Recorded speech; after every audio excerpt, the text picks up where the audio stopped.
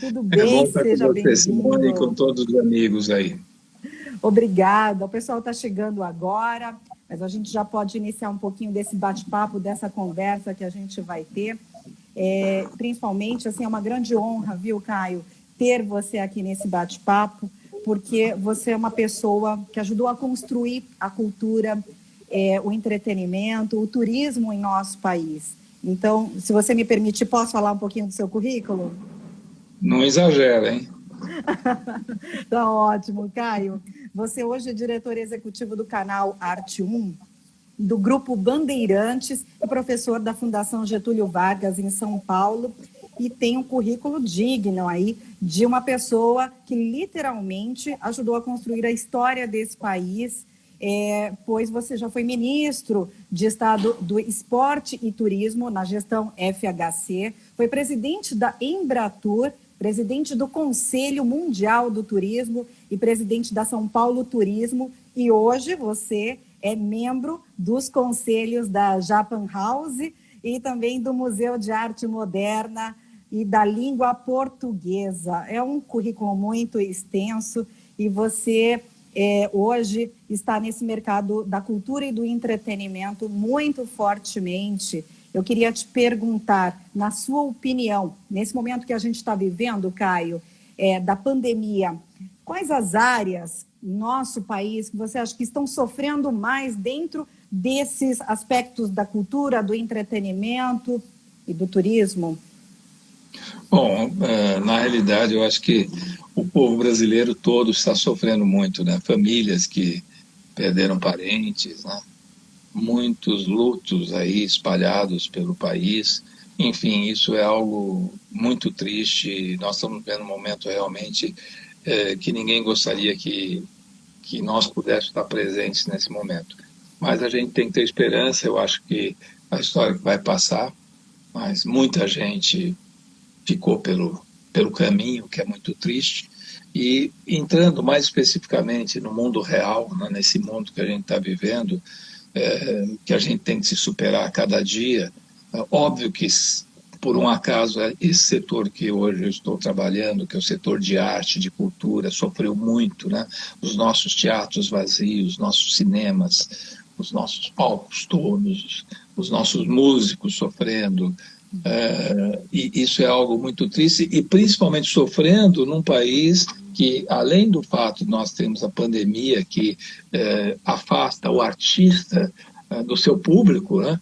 E daí essas lives que se proliferaram pelo Brasil, e nós mesmos no Arte 1 fizemos dezenas delas com grandes artistas como Zélia Duncan, Chico César, Francis Raime, Simone, o Marcelo Bratti, o Arthur Nestrovski da OSESP, enfim, todos eles procuraram o Arte 1 como um palco para não perder o contato com o seu público.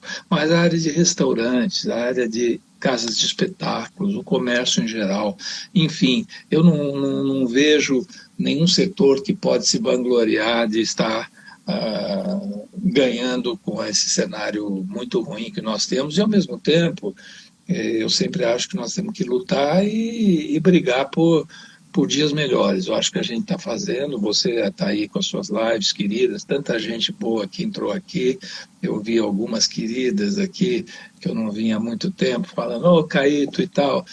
E esse currículo também tem a ver com os cabelos brancos, né? Porque com cabelos negros você não faz tanta coisa. Eu já fiz e agora eu estou admirando vocês fazerem, né? Mas o fato é esse, nós temos muita coisa aí por lamentar, muita coisa por corrigir.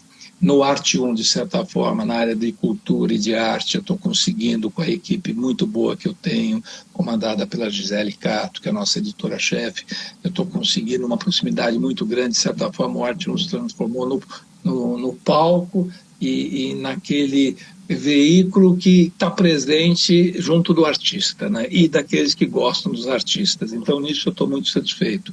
E, de outro lado, você falou do Japan House, né? Casualmente nós temos que falar um pouco, né? Inclusive em sua homenagem. O Japan House é um projeto que me dá muita alegria. Eu brinquei com você, né? Que eu sou meio japonês, né?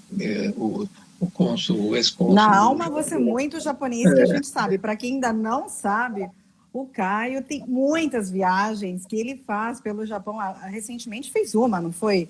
Que você ficou lá muitos dias, inclusive vivendo como um japonês. Não, eu consegui fazer, foi um sonho que eu tinha. Fiquei quase 20 dias no Japão, fotografando, sozinho, quase como mochileiro e tal. E foi uma experiência muito boa. Eu já fiz mais de 20 viagens ao Japão, mas muitas delas trabalhando aí nessas diversas funções que eu tive. E eu tenho pelo Japão realmente uma paixão muito grande. Eu costumo dizer, o ex-cônsul geral, que era o Nakamai, que foi inclusive aquele que ajudou na implantação da Japan House, ele dizia que eu tenho alma japonesa, que eu tenho alma Nikkei, né? Que eu não tenho olho puxado, mas eu tenho alma de japonês. Isso é verdade. E é um país que ensina muito. Então, hoje, por exemplo, você vê, mesmo na pandemia, a Japan House não parou, né? Mesmo exposições virtuais, hoje está levando a arte japonesa e algumas exposições que aconteceram aqui em São Paulo, na Avenida Paulista, está levando lá para o Museu do Niemeyer em Curitiba, está levando para Buenos Aires, muitas das coisas que nós fizemos aqui. Enfim, Simone, realmente é um momento de muita reflexão. Eu não falei aqui, talvez a gente fale em seguida, que é a questão que me aflige muito, que é a questão de viagens e turismo, né? Eu presidi durante uma época, de 99 a 2000, a Organização Mundial do Turismo, o Conselho Executivo da Organização Mundial do Turismo. Vivenciei muito isso na época que eu estava em Brasília, na Embratur. Trabalhamos muitos projetos de desenvolvimento em países que precisavam do turismo como uma ferramenta de desenvolvimento social. E o fato é que hoje você imagina como é que está esse setor. E mais, as fronteiras estão fechadas para nós brasileiros, né? Sim, que é E aí algo muito triste, é muito lamentável. triste, é muito triste. Lógico que não é só para nós, mas no nosso caso, o nosso caso é muito mais grave, por conta de uma série de desmandos que aconteceram, por conta de uma política errada de promoção do país. E isso é triste, não é nenhuma questão de politizar, porque eu acho que todo mundo acerta e erra, todos têm acertos e erros, mas o fato é que nós chegamos no momento que nós estamos com uma imagem lá fora que é a pior possível. Mesmo que nós não tivéssemos a pandemia hoje, nós não teríamos um cenário de visitação muito grande de estrangeiros querendo vir ao Brasil, por questões envolvendo meio ambiente, por questões envolvendo políticas públicas, políticas sociais e tudo mais. Mas, enfim, o principal é a gente ter a esperança de que as coisas vão melhorar, vão mudar. E no caso específico de viagem e turismo, eu tenho aí muitas coisas aí que eu gostaria de falar para vocês, porque eu tenho mantido contato com todos eles ainda, que estão em diversas tribos aí organizadas, em Sim. diversos grupos organizados, né? Vamos falar um pouquinho disso, sim, só para a gente concluir essa parte dos eventos, da cultura num país que tem sofrido algo muito forte. Você mesmo acabou de mencionar sobre a questão da imagem do país lá fora, né? E, inclusive, isso envolve basicamente na questão indiretamente dos negócios, né, Caio? Tem aqui um dado que fala que a gente chegou aqui a deixar de realizar cerca de 350 mil eventos, isso segundo a Abraf, nesse um ano. E a gente teve uma perda em valores de cerca de 90 bilhões até o momento. E você agora acabou de tocar num ponto muito importante, que é a imagem do país. A gente provavelmente vai ter perdas aí realmente imensuráveis, porque a gente aqui esses dados são apenas da área de eventos. Imagina com relação, por exemplo, à área de turismo, porque isso vai se expandir de uma maneira muito grande. Hoje, as fronteiras abertas, aliás, fechadas, como você mesmo mencionou, né? Como que você vê toda essa situação? Você que, inclusive, dá aula na Fundação Getúlio Vargas dentro desse tema também. Essa área de feiras, exposições e eventos, de fato, ela passou por momentos, está passando por momentos assim que nunca imaginou, nem conseguiram. Alguns tentaram partir para feiras virtuais, muitos movimentos aconteceram. Eu participo, eu também sou membro da Academia Brasileira de Eventos e tal, junto com companheiros que fizeram história de eventos, como Alcântara Machado, tantos amigos queridos como Eduardo Sanovics, que lá está. como o Coco, como o Tony Sando, como o Roosevelt Raman, todos que fizeram a história desse mundo de eventos, que, no caso específico de São Paulo, é responsável pelo sucesso econômico da cidade, inclusive. Eu dirigi o AMB quando eu estava presidente da São Paulo Turismo, as feiras do AMB na época para São Paulo geravam 8 bilhões de reais por ano. Imagina a quantidade de empregos, e isso tudo se foi de uma hora para outra. Você imagina um salão do automóvel com 400 mil pessoas, a Bienal do Livro com 800 mil pessoas, isso desde o ano passado não está acontecendo. E o OMB agora está fechado, porque está passando por um processo de concessão, que eu até acho que era o caminho mesmo para o OMB, porque o importante é nós termos equipamentos que possam sediar eventos, que gerem empregos e que melhorem a arrecadação da cidade, no questão de ISS e tudo mais, e tragam visitantes para cá. Então, essa área de eventos, exposições, mas outras coisas, a Fórmula 1, nós vamos ter Fórmula 1 em São Paulo, provavelmente esse ano. Vai ser uma Fórmula 1 sem público, né? Sim, Hoje foi muito decidido o campeonato, diferente, né, Caio? Você que esteve o à frente futebol, da Fórmula 1 tantos anos pois é, também, né? Nossa, meu pois é, e Deus a do Band céu. agora vai. Então, isso está acontecendo no Brasil todo e no mundo inteiro. Você imagina o que significou para os meus queridos amigos do Nordeste, da Bahia, de Pernambuco, de outros destinos, e para o próprio Rio de Janeiro, não existia o carnaval. As perdas enormes que isso acabou causando para todos, para muitos brasileiros, para empresas, empregos perdidos, empresas fechadas. Eu aqui eu fico um pouco preocupado porque a gente está falando do coração e com realidade, né? Dentro de um realismo. Não adianta aqui ser Alice nos Países das Maravilhas. Mas eu acho que é nesse momento que a gente tem que superar. Né? Ninguém esperava uma crise desse tamanho. Eu me lembro, tem um amigo na área de eventos, que você é jovem, muitos aqui o são, não conheceram, que era o Lemos Brito, né? Mas o Lemos Brito Conheci foi o um. Lemos Brito, conheci. Pois é, o Ele fez Lemos a era Casa um. do Futuro também, fez Isso, aquele, né? era um idealista e um amigo muito querido. Sim, O Lemos nunca foi um cara milionário, mas ele sempre foi um cara de bem com a vida, de bem com os ideais e querendo fazer o bem, né? E ele tem duas coisas ótimas que eu guardei, né? Em meio a uma grande crise nos anos 70, né? Naquela época que São Paulo não tinha lei Cidade Limpa e tinha outdoors espalhados por toda a cidade, ele não resistiu a tantas pessoas depressivas, falando que estava tudo errado e tal, e ele espalhou pela cidade, eu não me lembro, o negócio assim, estou de saco cheio dos depressivos, alguma coisa assim, né? E espalhou isso porque ele não admitia você ficar derrotado em depressão por conta de crise. E logo depois, com um outro outdoor que ele lançou, vamos tirar o S da palavra crise, né? Então estava lá, crie, né? É o momento de muito criar. boa. Ele era muito E criativo. tinha uma outra que isso é uma brincadeira, né? Para os meus amigos, e isso eu falo até às vezes na Band, né? Porque qualquer ambiente de empresa, de órgão público, por mais organizado que seja, não adianta, sempre vai ter a fofoca, né? E muitas vezes os inimigos dos grupos em que a gente trabalha são muito mais internos do que externos, né? Por bobagens, por besteiras. E ele fez um outro outdoor fantástico, fofoca, a arma dos incompetentes. Eu nunca me esqueço. Outdoors amarelos gigantes e tal. E na Embratur eu acabei fazendo uma redução, imprimi isso, espalhava por todas as salas da Embratur. Fofoca, a arma dos Mas incompetentes. E isso, isso até isso, hoje. isso tá tão atual, Caio. É, Fofoca, a arma dos incompetentes, porque a gente está bom, nesse se bem que as momento de fake news. fake news. Não, mas isso é um assunto muito sério, gente. Muito. Eu sou um cara muito moderno, antenado, continuo me atualizando sempre, estou em todas as redes sociais, né? Só não coloco a minha vida privada, mas falo de arte, falo de cultura, falo de turismo, falo de eventos e tudo mais. Agora, eu escrevi um artigo, olha só, em abril do ano passado. O artigo era o seguinte: Criminal News, saiu até no UOL, Criminal News, ou seja, eu dizia que nós não deveríamos, que a imprensa tinha que parar de falar de fake news, que na verdade eram criminal news, porque uma fake news é uma notícia criminosa, tá?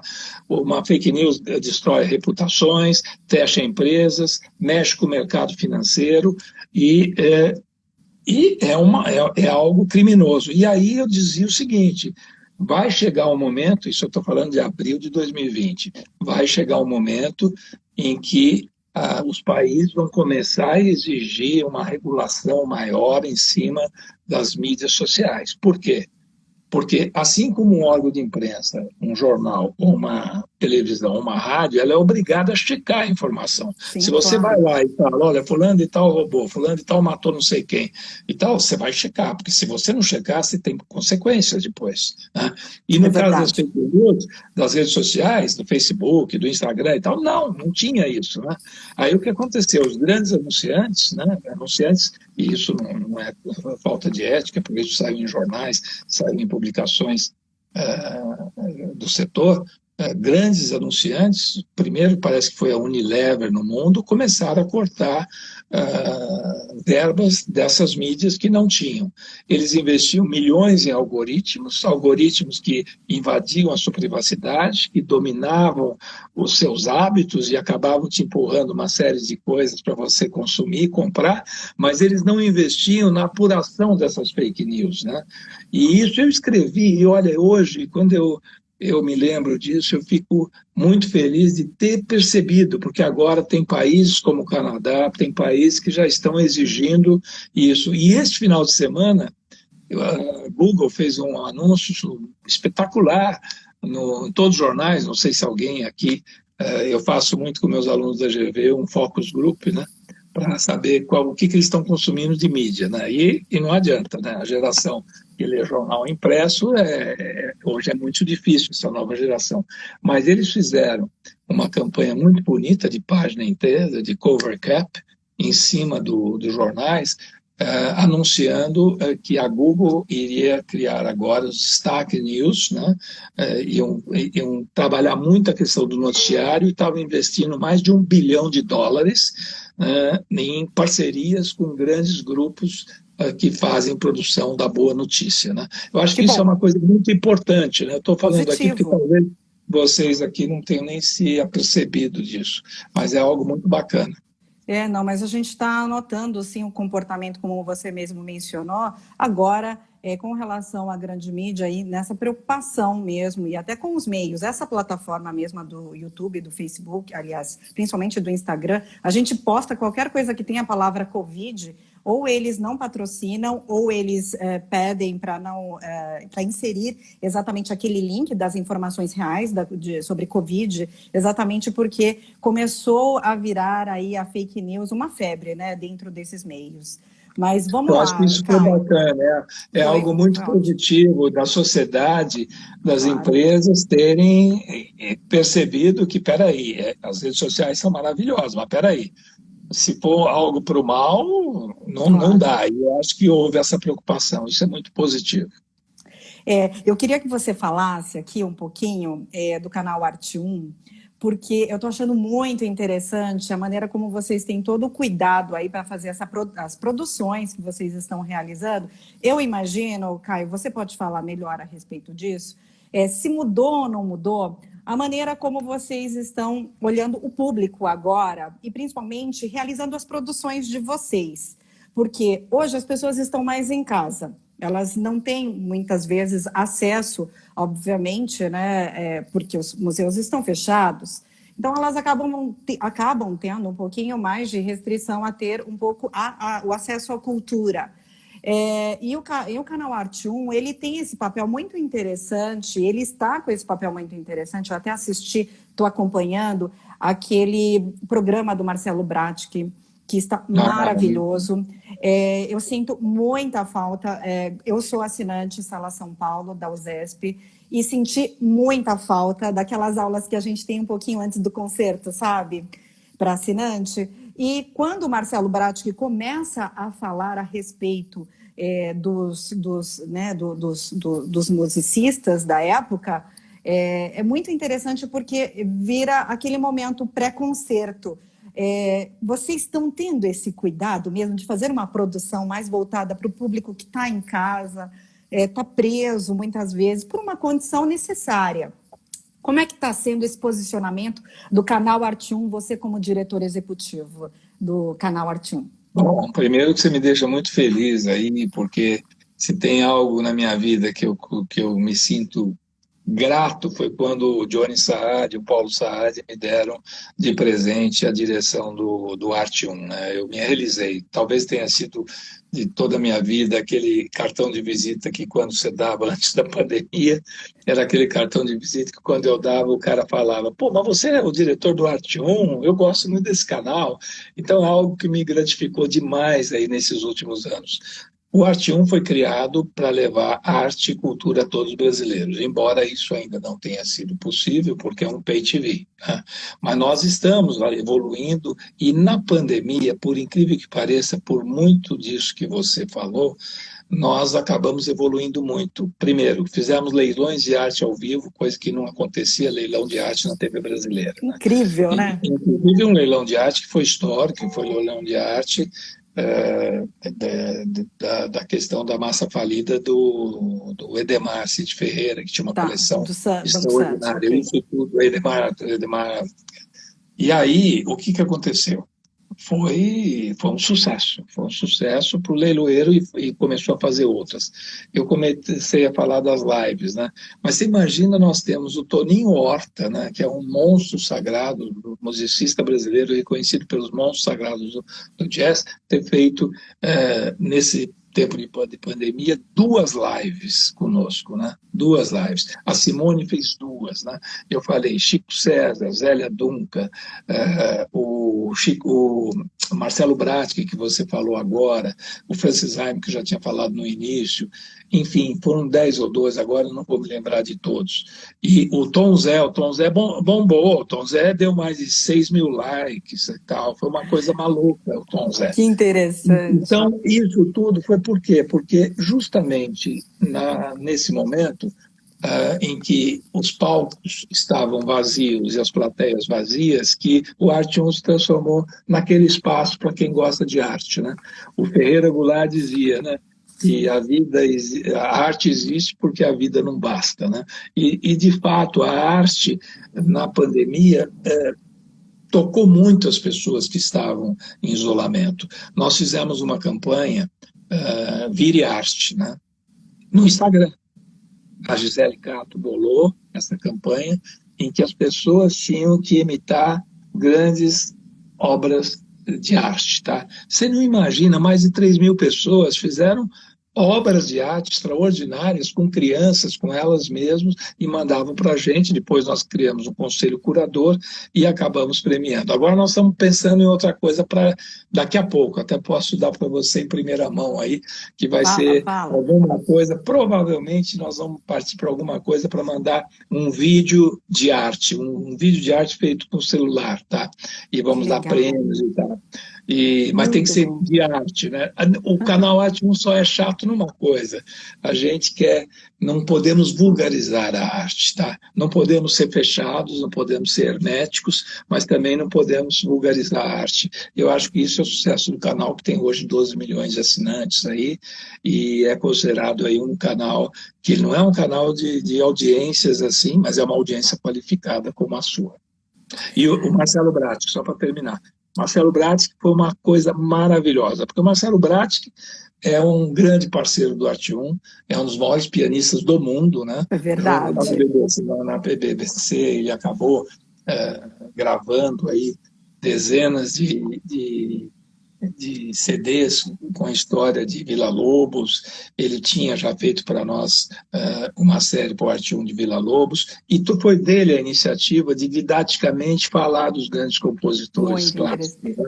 E ele, junto com a Gisele Cato, fez a produção, ele finalizou, e tem uma esposa que é maravilhosa, que é a Maria Anitta, que a Maria Anitta é uma artista plástica, também tem obras muito bonitas, e no meio da pandemia, ele fez 4 episódios, produção nossa, né? E que está todo mundo elogiando. Provavelmente nós vamos até vender e trabalhar essa obra aí em outras plataformas. A própria Band Aberta já fez isso e tal, e eu fiquei muito feliz de saber que você elogiou, porque realmente é uma obra-prima. É verdade, é sim.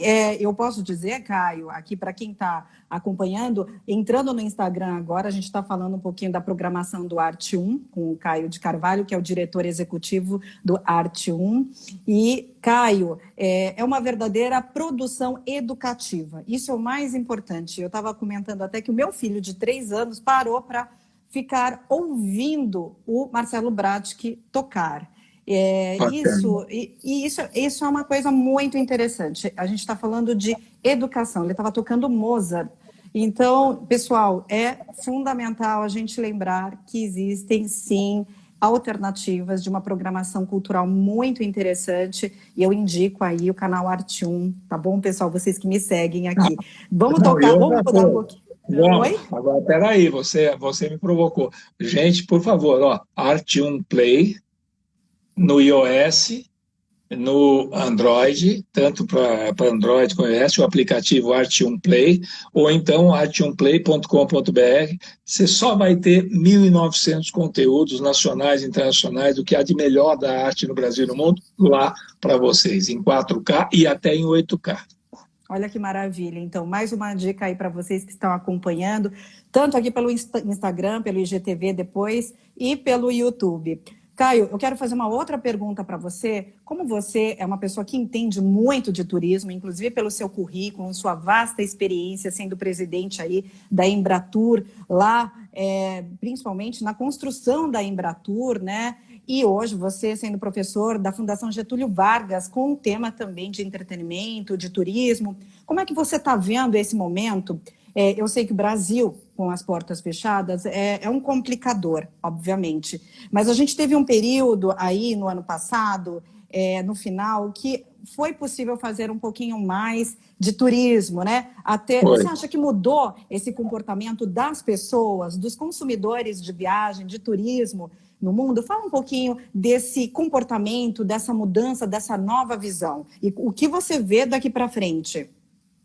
Bom, realmente muita coisa vai mudar, né? Os hábitos vão mudar, né? A necessidade de protocolos em países que queiram incrementar a sua indústria do turismo, isso tudo agora e pós-pandemia, isso vai ter que ser mudado, sem dúvidas. Agora, o que eu vi foi o seguinte, naquele espaço que nós tivemos depois do pico da pandemia o ano passado, quando abriu um pouco, distensionou, o que aconteceu é o que nós prevíamos. O negócio era investir no turismo interno, no turismo doméstico. E houve, sim, movimentos no turismo interno. As operadoras, os agentes de viagem começaram a vender, as próprias companhias aéreas começaram a fazer destinos próximos. O turismo de carro, o carro da própria pessoa, da família, a busca por resorts, por destinos de natureza, isso tudo aconteceu, né? E isso foi rico. Infelizmente, chegou no final do ano, e aí um pouquinho do temperamento nosso brasileiro, que foi aquele negócio de Réveillon, Natal e tudo mais, e vamos falar em português, claro, até o Carnaval, ninguém pulou Carnaval, mas todo mundo seria da minha parte falar. Mas muita gente acabou, nos dias de Carnaval, tirando como dias de Carnaval, tá? E foi para a praia, foi para outros lugares, não Sim, teve é Carnaval, verdade. mas circulou, né? E o resultado era previsto que ia acontecer agora, né? Então, eu acho que tem um fato muito positivo disso que eu estou falando. E falei hoje para o Carlos Prado, que é um grande amigo meu, que é um grande líder aí desse setor de turismo também, que ele tem um, um grupo no WhatsApp que chama Supera Turismo, com o Aldo Leone da Gastur, com o Kakinoff da Gol, com gente com o pessoal da CBC, com a Tia Coaoc, ou seja, é o top das pessoas que pensam essa indústria que é estratégica para o país, né? Eu costumo dizer que turismo é uma atividade que é uma indústria, né, que trabalha os valores culturais, né? A indústria que trabalha os valores culturais, os valores artísticos, humanos do brasileiro, ele tem que realizar o sonho do turista, fazer com que o empresário ganhe dinheiro, mas o turismo é uma ferramenta importantíssima para regiões carentes, como que tem no Brasil, para levar o desenvolvimento sustentado e a palavra emprego e trabalho a essas regiões. Isso é o papel do turismo. O turismo no Nordeste, na região Centro-Oeste, no Norte, é importantíssimo para o país, é importantíssimo para a nossa balança comercial. O turismo é o grande produto de exportação. Se nós trouxermos o turista estrangeiro para cá, a importação do turista tomando uma latinha de Guaraná brasileiro aqui, é uma latinha de Guaraná sendo exportado. E a indústria Sim. é gigante. Nós temos, de um lado, nós temos a indústria de turismo, um iceberg. Imagina um iceberg. De um lado, na ponta, a indústria de turismo. Hotéis, restaurantes, companhias aéreas, transportadoras, operadoras, agentes de viagens, ou seja, as locadoras de automóveis, guias de turismo, tudo mais. É a indústria do turismo. O que ninguém sabe é que a economia do turismo que está abaixo são 52 itens da economia do país ou do destino que são impactados com o desenvolvimento do turismo, segundo a matriz insumo-produto do IBGE. Então, é algo maior do que a indústria do turismo, é o impacto direto e o impacto indireto, e é isso que muitas vezes as pessoas não entendem. Eu tenho críticas ao que está acontecendo. Eu fui ministro de Esporte e Turismo, mas eu costumo dizer para os meus alunos, me procuram lá no Google. No Google. Se eu fiz muita besteira, vocês podem me xingar. E porque eu tinha parcerias com a Organização Mundial do Turismo, com a GTZ da Alemanha, nós fizemos o programa da municipalização do turismo, que tinha todo um conceito de que a cidade boa para o turista é aquela que a cidade é boa para o turista e for boa para o cidadão que nela vive. Fizemos oficinas de capacitação, fizemos um monte de coisa e evoluímos muito nisso. Hoje, nós estamos na pandemia, só que o que vai acontecer? Cada um de nós, cada um que está aí nos assistindo ou falando com você, hoje garanto que nós só pensamos uma coisa: quando é que nós vamos poder fazer uma viagem, né? Então, Sim, é verdade. isso vai estar latente, vai estar reprimido a vontade de todo cidadão viajar. Então, aqueles empresários do setor, aqueles que trabalham no setor e que estão sofrendo hoje e que conseguirem, com estratégia, com modelos, sobreviverem, não tenho dúvida que assim que isso passar, nós vamos ter aí milhares de oportunidades para você vender viagens dentro do Brasil e no mundo. Isso significa, e eu estava vendo aí um companheiro que falou sobre o turismo criativo. Sim, eu acredito muito na necessidade de você trabalhar produtos diferenciados, né?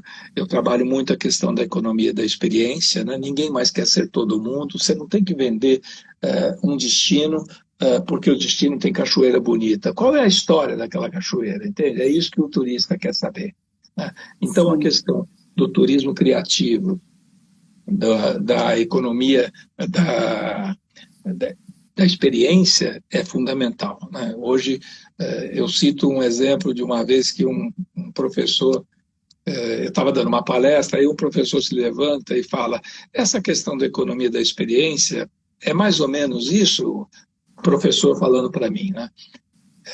Eu falei: isso o quê? Não, se eu estiver, por exemplo, em Recife, e nós temos lá o Forte de Guararapes, né? Visitar o Forte de Guararapes é simplesmente um passeio turístico sem nada. Agora, se eu pegar a Escola de Teatro de Recife, fazer a encenação da Batalha de Guararapes dentro do forte, isso é uma economia. Exatamente, é isso que eu falo. Tem que criar histórias, né? Para as pessoas vivenciarem. As pessoas não querem visitar um destino, querem viver o destino, sentir o destino. Sim, A Bahia fez isso com muita competência, né? As sim. pessoas eram convidadas para sentir a Bahia, não para É visitar a Bahia. verdade. É verdade, você falou tudo. Quanto tudo isso, né, todo esse trabalho, as viagens, elas movimentam a economia e o desenvolvimento social de um país. Eu queria aqui colocar só alguns comentários de algumas pessoas que estão acompanhando o nosso canal, aqui esse bate-papo que a gente está tendo. E eu digo assim, Caio, as pessoas também participam desse Conversa Aberta, sendo parte da conversa, por isso É chamamos de isso, conversa aberta.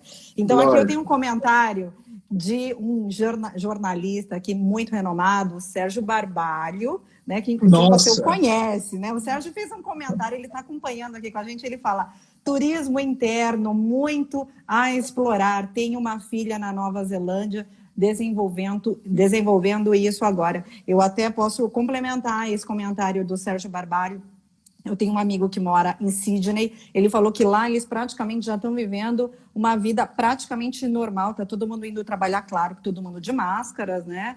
Mas, porém, eles realmente cumpriram toda a quarentena necessária, toda a população se colocou à disposição para colaborar com a comunidade, com o governo, para que aquele país pudesse, né, aquela cidade pudesse se desenvolver a ponto de poder receber novamente os turistas, novamente os negócios. Eu acho que está aí essa conscientização para você que está acompanhando a gente, lembrar, gente, vamos ficar um pouquinho em casa, vamos se resguardar, esse é o momento, porque isso tem a ver, tem reflexos inúmeros aí, né?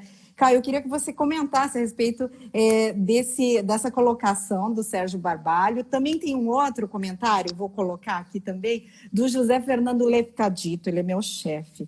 Já foi diretor aí, aliás, já foi editor também da TV Cultura, do Estadão, trabalhou na Jovem Pan, é um querido. E ele diz assim, como especialista, você, Caio, de turismo, como você vê o potencial do centro da cidade de São Paulo para este setor? Eu vou só relembrar uma coisa dentro dessa pergunta. Me lembro, Caio, há muitos anos atrás, acho que vai fazer uns 15, 18 anos atrás, que o antigo DOPS teve uma teatralização de como era a ditadura militar dentro lá do DOPS. Eu chorei, amei, nunca mais vi nada muito semelhante daquilo, né, que a gente viveu, como você mesmo mencionou, viver a experiência da economia criativa dentro da cultura em uma cidade, né? Comenta essas duas colocações do Sérgio Barbalho e do José Fernando Lefcadito, por favor. Bom, o Sérgio, para mim, é uma surpresa. Ele deve achar que eu não me lembro dele, né? Mas ele, o Ele Barriga, lembra, outro dia ele comentou comigo, ele falou um ele, menino o caído. Barriga, o Luiz Carlos Ramos, fizeram a história do Estadão, né? Era uma época em que o Estadão só ganhava prêmio ESSO, a área de esportes que eles cuidavam era uma parte extraordinária. Nós não falamos aqui de esporte, mas o Barriga, que era amigo dele e trabalhou lá, é meu amigo até hoje, professor querido Luiz Carlos Ramos. O Luiz Carlos, até hoje, ele me vê como o cara do esporte, por causa de um amigo querido que eu tinha, que o Sérgio conheceu também, que era o Caio Pompeu Toledo. O Bahia até hoje fala, pô, vocês foram no Estadão, falaram que iam fazer um monte de coisa, fizeram mais do que vocês prometeram pra gente. E eu me orgulho muito dessa área de esporte, ter feito muita coisa realmente. E agora na Band nós vamos ter umas novidades aí, muito, que a Band está muito forte na área de esportes. Então, Sérgio, o que você falou, turismo interno, é simples. Como é que você pode querer que um estrangeiro goste do país se o brasileiro não gostar, não viajar? Né? Então, a questão do turismo interno é importantíssima. Né? Quando eu estava no governo, e eu também não gosto hoje de falar em governo, todo mundo acha que todo cara que está no governo é incompetente ou é corrupto e tal. Eu me orgulho de ter 30 anos de vida pública e como eu disse, é só me procurar no Google. Mas, enfim, quando eu estava no governo, eu fiz um trabalho de trabalhar macro políticas públicas. E eu vou falar rapidinho. Isso significa você, primeiro, infraestrutura básica em regiões turísticas, onde você melhora a qualidade de vida do brasileiro e das pessoas que lá moram, e aí sim você faz com que pessoas possam visitar esse destino com cenários dignos e a sociedade local ganhe dinheiro. Segundo, trabalhar o município local. As coisas não acontecem no estado e no país, acontecem localmente. Daí o programa da municipalização do turismo que nós fizemos com a Organização Mundial do Turismo. Depois, marketing segmentado. Ninguém quer mais visitar a Bahia, Alagoas, quer o turismo afro da Bahia, o carnaval da Bahia, o ecoturismo do Pantanal, e isso era muito importante. E, por último, você ter leis que sejam leis de acordo com a realidade, leis que, inclusive, de proteção ambiental. E isso hoje faz a diferença. Essas empresas todas, operadores internacionais e tudo mais, vão trabalhar compliance, e compliance significa eu vou mandar para um destino que seja politicamente correto. Isso tudo tem que ser pensado. E o turismo interno não é, a gente acha, turismo interno é você fazer turismo rodoviário para as águas termais. Não, tem que ver, estratificar a sociedade brasileira. Né? Tem algumas coisas no Brasil que são tabus, por exemplo, turismo para portadores de necessidades especiais. São mais de 25 milhões. E tem gente que quer viajar com dinheiro, ou com pouco dinheiro, ou com muito dinheiro. Agora, quantos equipamentos nós temos totalmente aptos que possam possibilitar uma alegria para esse tipo de viajante, né? Sim. Então, são muitas coisas. A questão do turismo da melhor idade. Nós temos aí no Brasil hoje mais de 800 mil pessoas que a cada ano completam 60 anos, né? Como eu, e depois tem uma expectativa de vida mais de 15 anos. E as pessoas acham que não, esse público não adianta investir. E aí o Brasil é o grande atrativo, entendeu? Eu fiz uma campanha à época que foi maravilhosa, que chamava-se Brasil, onde você chega e está em casa, né? Tinha a Daniela Mercury, tinha um monte de gente estimulando o Brasil a viajar. Naquele ano, que foi 1996, eu inverti a curva. Tinham 60 pessoas de brasileiros que iam para o exterior e 40 que viajavam internamente. E tinha aquela célebre história de fazer compras em Nova York, né? E de uma Sim. hora para outra teve a desvalorização cambial. O que aconteceu? A Soletur, que era uma grande operadora, quebrou. E a CVC, que investia no turismo interno, cresceu. E nós invertemos, 60 faziam doméstico e 40 para o exterior. O turismo interno, inclusive, é a forma dos empresários ganharem dinheiro com mais segurança. Então, isso o Sérgio, acho que depois, se ele quiser, eu estou à disposição dele, porque eu sou fã dele, é um jornalista dos mais sérios que eu conheci até hoje.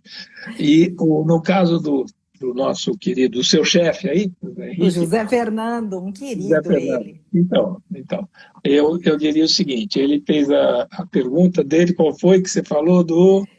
Como especialista em turismo, como você vê, Caio, o potencial do centro de São Paulo, da Não, cidade de peraí, São Gonzalo, Paulo, esquece. né? Quando eu estava na Eu até Expetores... comentei da questão lá Não, inclusive se ele tiver do interesse, DOPS. depois você me cobra isso, se você tiver interesse. Quando eu estava na Expetores, na época é o Serra que estava de prefeito, Sim, e me aí lembro. o que eu fiz? Eu peguei a universidade. Nós pegamos 800 alunos de universidades, todas as universidades que tinham no centro de São Paulo, umas 5 ou 6, os professores, e fizemos um lançamento no Salão Nobre da Faculdade de Direito do Largo de São Francisco, a minha faculdade, inclusive. Eu tenho esse vídeo, está no YouTube, inclusive, desse lançamento, onde nós pedimos para que esse pessoal, para não ser chapa branca, que eles fizessem um mapeamento de tudo que havia de atração cultural, artística, de entretenimento no centro de São Paulo. Isso resultou num livro, Turismo no Centro Velho, que foi editado, mas aí eu saí também, e aí no governo tem muito disso, né? Infelizmente, ou felizmente, tem que se mudar, né? E às vezes quando se muda, muita coisa cai. O turismo voltou agora, eu tive outro dia na Band uma apresentação do projeto lá do Vale do Angabaú, né, que é um projeto que está para ser aprovado, uma concessão do espaço, onde a ideia é justamente através daquelas ações que lá vão acontecer, artísticos, culturais, gastronômicas e tudo mais, artesanato e tal, e seja possível você ir para os outros lugares. Agora, tem o Farol Santander, no centro, por exemplo, né? Que é lá Maravilhoso. no Banespa. Tem lá um cofre Panzer, onde era a Secretaria de Turismo, na Praça Antônio Prado, número 9, da época da guerra, que eu já coloquei lá na época para salvar o que era o acervo da Dona Ina Barbosa, né? Tem muita coisa. O Centro Velho, bom, o próprio Museu de Arte Sacra é considerado um dos 3 maiores do mundo, né? E é Eu me lembro lindo. quando o Papa veio aqui, nós levamos ele lá e tal, o Papa Bento XVI, que depois renunciou, que eu tive o privilégio de organizar o evento dele. Mas, enfim, eu vejo que essa questão do Centro Velho é um tabu. Eu fico muito triste em ver o anoitecer na Rua Boa Vista e tudo ali. E É hoje, como eu verdade. estou mais velho, eu também falo o que eu penso. Eu não acho possível a igreja, a nossa igreja católica, ali na Sé, e tudo aquilo que está acontecendo, não participar dessa questão de cuidar melhor dessas pessoas e educar essas pessoas e procurar ajudar essas pessoas, né? Acolher essas pessoas, né? Em todos os sentidos, porque não é possível. Essa questão da desigualdade no Brasil é um dos cânceres, é o maior deles que nós temos. Agora nós Triste. temos que olhar a sério. A Band lançou uma campanha agora que é a questão da fome e questão da falta de alimentos. Tem muita gente que não está se alimentando, né? E a gente Sim, vai ter que sim, pensar nisso, nós vamos ter que pensar sim. nisso. Aí você tem que ver ONGs sérias, ONGs que possam, de fato, levar esses Viabilizar, alimentos né? para quem Viabilizar precisa, a viabilizar isso, alimentação. a É logística disso, verdade. né, que seja melhor do que a logística desse Ministério da Saúde, né, que Sim, não dá para cuidar de nada, né? Mas, sim, enfim, eu vejo que eu acho que é importante isso. Eu acho que nós temos muitas coisas aí para pensar. Esse é o momento de refletir, pensar no amanhã melhor. Tá? Esse amanhã sim. melhor virá certamente. E esse é o momento que nós, que somos privilegiados, temos para fazer reflexões, ver onde Sim, nós estamos errando e tentar exercitar criatividade, modelos, sim, porque tem que pensar fora da caixa. Quem é pensa sempre verdade. a mesma coisa não vai ter mais espaço, não vai ter espaço em trabalho nem nada. O As mundo será pessoas, outro. Aliás, já está o sendo mundo outro, será. não é verdade, É Caio? isso aí, é Tem isso até aí. aqui, eu sei que a gente já está quase no final aqui. Eu queria colocar uma pergunta também da Bruna Brunita09, que ela fala quais são os segmentos que você mais acha que tem chance de dar certo no mundo pós-pandemia. Também aqui o Coimbrone, ele menciona, fale por favor um pouquinho sobre o turismo cultural. O canal Arte 1 é um grande parceiro da Flip, né, lá de Paraty, que é um grande evento aí. Deixa eu ver, tenho mais um comentário aqui que o Luiz Felipe Caivano, ele fala, professor, você acha que a Amazônia deveria ser promovida ao cartão de visitas do turismo nacional? Como você avalia as políticas de viagens com relação ao turismo da região? Tem muita gente aqui te acompanhando, cara. A gente Nossa, está o quase no problema é. final. Vamos, você Não, o consegue problema, me fazer eu um por mim, pouquinho eu dessas fico três aqui. perguntinhas? Você vai ter que me. Bom, Bruna Brunita, se é quem eu imagino, é uma professora, tá? Que eu amo de paixão, tá? Ah, Se é? se é a Bruna que foi da Embratur, sim, é uma profissional excepcional que tive. Ela trabalhou comigo, é uma pessoa idealista que conhece bem isso, né? Então, a pergunta da Bruna é mais ou menos como que eu vejo o que vai ser, o que o consumidor vai querer no pós-pandemia. Eu acho que muito vai querer destinos, obviamente, politicamente corretos, com os protocolos corretos, natureza, muita natureza,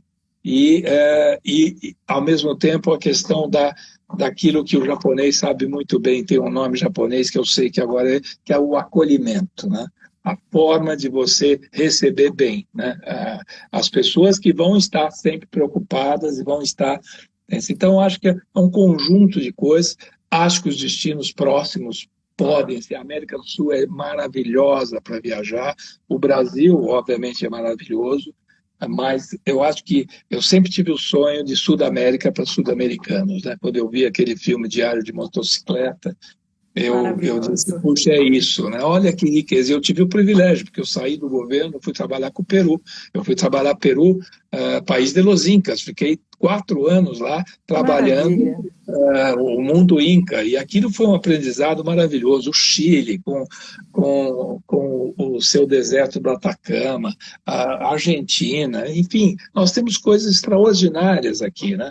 Então, eu acho que é isso. Em relação à Bruna, eu acho que vai ser isso. As pessoas vão querer aquilo que toca no coração delas e que ela vai ter segurança e vai ter que viajar com família. E repito, a hora que acabar isso, vai ser uma loucura de gente querendo viajar. Então, quem Eu tiver produtos imagino. inteligentes, criativos, inteligentes e tailor-made para grupos, para nichos de mercado. Eu acredito muito em nichos de mercado. Você tem que trabalhar nichos, né? E essa Sim, questão do nicho é outra tendência mundial, né? Isso a sim. Organização Mundial do Turismo em 2016 já previa, que a ideia de tematizar e trabalhar nichos. Depois da Bruna Brunita, quem que veio? Agora Aí você... veio o Coimbrone, ele pergunta sobre a Flip, a Bom, feira, já isso, sei. a Festa Literária de Paraty. Eu tive o privilégio, a Flip. Aliás, a Flip começou comigo quando eu estava no governo lá do Fernando Henrique, que o prefeito foi falar comigo, junto com, na época, o diretor da Unesco, dizendo que ia fazer uma Flip em Paraty e tal. E ele fez, e essas coisas são pessoas visionárias que acabaram viabilizando a Flip Literária Internacional, que o Arte 1 é o parceiro, o media partner, desde que eu assumi lá, junto com o Mauro Munhoz, que é o presidente da entidade que administra a Flip. Esse ano, você imagina, 2 Flips sem acontecer. 2 Muito Flips sem triste, acontecer. muito triste, né? Muito triste para a cidade.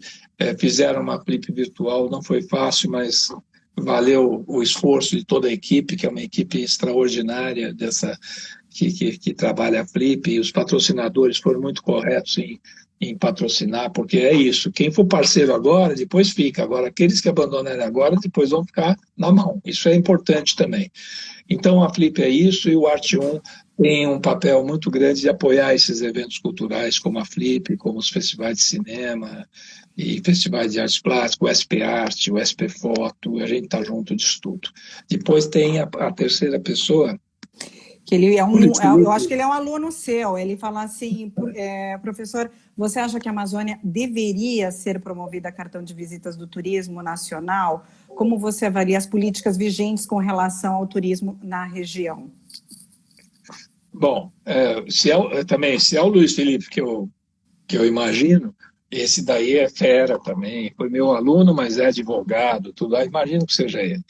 Mas o fato é o seguinte, essa questão da Amazônia é muito clichê, eu já fiz palestras em George Washington University falando sobre a Amazônia, junto com Rita Bernardino, que tinha montado o Areaú Jungle Tower. E aí era aquele fascínio, né? Todas as perguntas eram, obviamente, em cima da Amazônia. Turismo, eu costumo dizer, é um estudo de deslocamento. Você tem que entender para onde o turista vai. Mas a hora que ele se desloca, primeiro, como chegar? E depois, qual é a oferta que tem para bem receber esse turista e oferecer com segurança e com políticas corretas aquele destino? No caso da Amazônia, eu costumo dizer, é um turismo qualitativo, não é um turismo quantitativo. Por quê? E mais, é um turismo que teria que ser trabalhado muito com outro destino. Quando eu estava em São Paulo, isso lá atrás, né? Eu não tinha um cabelo branco, cabelo preto no governo Montoro.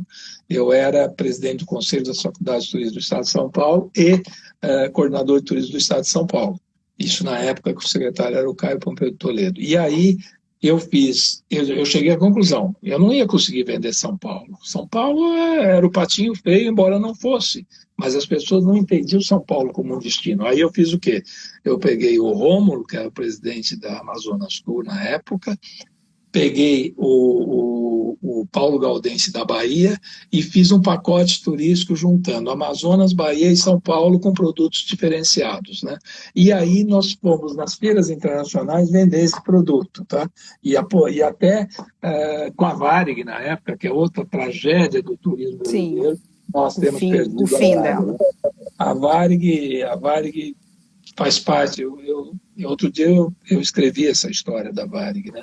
Eu tinha grandes amigos da Varig, eu tentei salvar a Varig, mas enfim, ela se foi e com ela se foi um ativo extraordinário do nosso turismo, né? A Varig era uma parceira minha em tudo que a gente fazia. Aliás, eu comecei a ir para o Japão por causa da Varig, nos eventos de lá, Varig e Brasirococo, né? Fazia São Paulo, Lima, Los Angeles, Tóquio, né? E era uma coisa, assim, foram umas 5 melhores companhias do mundo, a Varig, né? É E nós verdade. perdemos. E a Varig fazia muita propaganda da nossa Amazônia, né? E entender a Amazônia não é o estado do Amazonas, é entender a Amazônia como um todo. Eu, por exemplo, trabalhei junto com os espanhóis o conceito do Pará, né? Aliás, eles fizeram uma coisa que até deu problemas lá na região na época. Agora, isso é brincadeira. O título do projeto que ficou pronto era Pará, a obra-prima da Amazônia, tá? E o Pará realmente tem riquezas assim extraordinárias. Quem não conhece Alter do Chão, os americanos que faziam cruzeiro até pela Amazônia paravam em Alter do Chão, ficavam malucos com os bolsos cor-de-rosa num balé lá. Então são coisas divinas que tem naquela região da Amazônia, né? Tem algumas coisas, por exemplo, eu cheguei na minha época a presenciar um pacote com a Air France, pouca gente sabe, né? O Amapá, por exemplo, está a 4 horas da Europa, 3 horas da Europa, né? E com $400 você vai para a Europa. Sim. Vai pensar por quê? Porque a France chega até 3 horas de Macapá. Então, houve um certo ano, que eu não me lembro qual, que nós tivemos cerca de 3 mil franceses e descendentes de franceses que foram passar carnaval em Macapá, entendeu? Que Então, impressionante. é um mundo, a questão toda da Amazônia, que é bem complexa e é de uma riqueza extraordinária. Eu ajudei a fazer a capacitação em Parintins, quando as pessoas não queriam e tinham medo de Parintins, e era procedente, nós fizemos oficinas para capacitar as pessoas para receber turista e não acontecer uma tragédia naquela ilha, né? E hoje eu nem sei como está, eu acabei perdendo, mas tem muita coisa de riqueza na Amazônia. E a Amazônia lá fora, sim, é o nosso carro-chefe. Rio de Janeiro é o nosso portão de entrada. Se o Rio de Janeiro, se a imagem do Rio de Janeiro estiver ruim, a imagem do Brasil está ruim. Se a imagem da Amazônia Ela estiver é o ruim, foco, né? são Sim, a dois Amazônia ícones também. nossos, e por isso que é importante políticas públicas corretas, decentes, e que nós possamos aí tentar recuperar tudo isso que nós estamos perdendo nesses últimos anos. Caio, a gente já passou há muito tempo do nosso tempo que a gente tinha aqui de live, mas o pessoal está perguntando muito. Depois, se vocês quiserem, vocês podem mandar as perguntas pelo direct, tá bom, pessoal? E eu só queria finalizar aqui com uma última pergunta que você pode responder rapidinho. Você, como uma pessoa que foi um gestor aí na área pública, hoje está à frente de um canal muito importante da área de cultura. Eu gostaria que você dissesse, você acha que está faltando um pouco de investimento ou não está com relação à cultura, o entretenimento, o turismo nesse país, nesse momento de pandemia, onde as pessoas, os trabalhadores dessas áreas não estão podendo, enfim, exercer a sua função? Qual que é a sua visão, Caio? Bom, eu tenho uma visão. Primeiro, eu acredito que tanto cultura teria que estar no Ministério da Educação, né? Sempre tive essa visão. E já esteve, por incrível que pareça, justamente na época do regime militar, que ninguém aqui vai fazer exaltação à época do regime militar. Mas, casualmente, eu estive na pandemia, eu fui visitar há 15 dias o Teatro Maria della Costa, que está totalmente abandonado. Sim. E olha só, você me faz uma pergunta que me dá a chance de tocar isso. Até tenho a foto, eu fotografei. E aí tinha lá uma placa de bronze, tá? Teatro, como que é? Foi uma nova inauguração, ele foi reformado. Reforma do Teatro Maria da Costa. Presença do ministro da Educação e Cultura, Ney Braga, e aí tinha todos os artistas que você possa imaginar, Raul Cortez, todos eles, o camarim da Maria della Costa, artistas todos que, na época, você não podia imaginar, era uma época de regime militar, mas como é que o Ney Braga, ministro da Educação e Cultura, estava lá? E ele, se não me lembro, o Ney Braga era coronel, talvez até o Sérgio Barbalho se lembre disso. Mas o fato é que eu quero dizer o seguinte: nunca, antes nesse país, como alguém falava até há pouco tempo atrás, nós tivemos um abandono tão grande da cultura, da arte da cultura, né? Estou muito animado agora com a Funarte. A Funarte tem lá uma pessoa que eu conheci que está tentando fazer aquilo porque gosta de cultura. É uma pessoa que é do Ceará, ele tem tem uma cabeça cultural, uma pessoa muito preparada e tudo mais, que está tentando fazer coisas. Eu devo, inclusive, ter um encontro com ele nessa sexta-feira. E estou muito animado, porque é a primeira pessoa que a gente pode ter um contato sobre cultura do governo atual. Mas, na verdade, o Arte 1 não trabalha com o governo. O que eu acho que o governo precisaria fazer é entender que a cultura é a riqueza maior de um povo, só isso, né? E que o que nós temos no Brasil de riqueza, alguém falou aí do que eu acho. Eu acho que o turismo cultural é uma das coisas maiores que nós temos para ser explorada. É o turismo da natureza, o turismo cultural. Nós temos coisas Sim. maravilhosas nesse país. Então, eu acho que sim, falta investimento. Eu espero que a gente melhore nesse quesito. Né? A cultura não é algo a ser politizada, a cultura é a arte, como disse Ferreira Goulart, que eu falei no início. O artista canta aquilo que sente, escreve. Nós temos aí talentos que são reconhecidos mundialmente, né? E que a gente teria que valorizar. E essas pessoas hoje estão usando essas ferramentas que hoje nós estamos para falar com o seu público, né? Com o seu público. E elas mereceriam, sim, um investimento maior, não é só financeiro, um investimento no reconhecimento do quanto a arte é importante nesse país e a cultura também. É verdade, é verdade. Obrigada, Caio, pela sua entrevista, por esse bate-papo, nesse conversa aberta aqui nessa noite. Eu quero agradecer a todos vocês também que acompanharam, vocês internautas que estão acompanhando nesse momento e aqueles também que vão acompanhar pelo YouTube e depois lá no IGTV, por participarem desse bate-papo, dessa conversa aberta, porque aqui a gente sempre tem assuntos interessantes com pessoas muito inteligentes. Caio, muito obrigada por tudo, por compartilhar conosco tanto conhecimento e tanta experiência. Imagina.